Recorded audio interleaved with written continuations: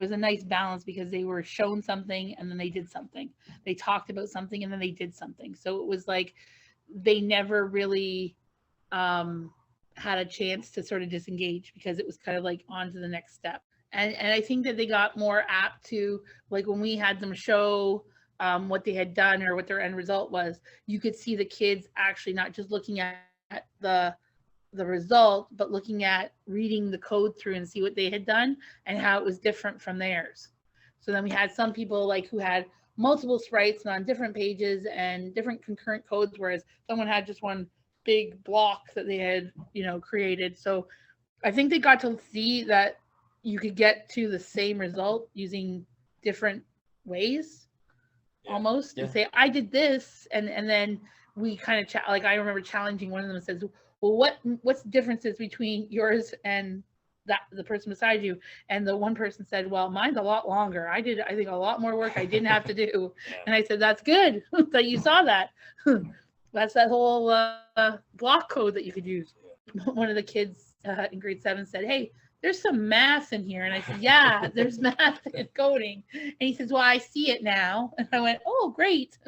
But he was able to articulate it a little bit better than I think previously. The thing about the coding was they could do something, and if they made the mistake, it wasn't like it wasn't a big deal because they could go back and try something different and have a different result. If that didn't work, they go back and try something different, and then there's a different result. So it was kind of like like an environment or like of high risk and low fear. Like take some chances. Yes, for sure. That's a good way to put it. Yeah, high risk, low fear. Take some chances.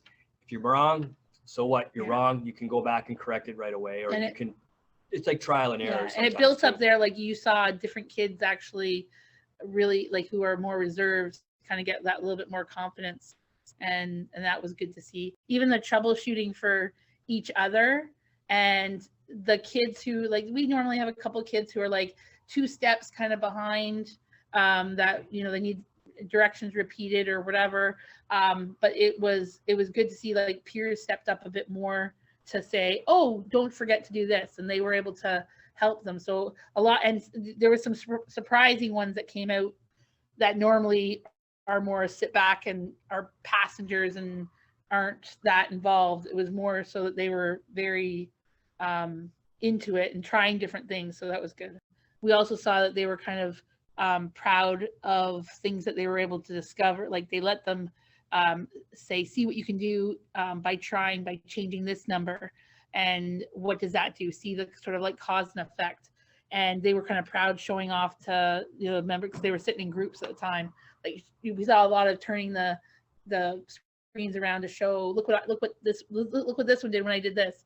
So they were not only showing them but also to their peers, and they were proud. Like we don't see like I don't know, I don't see an awful lot lately in teaching where kids are proud of their work, and then you could see actually the pride.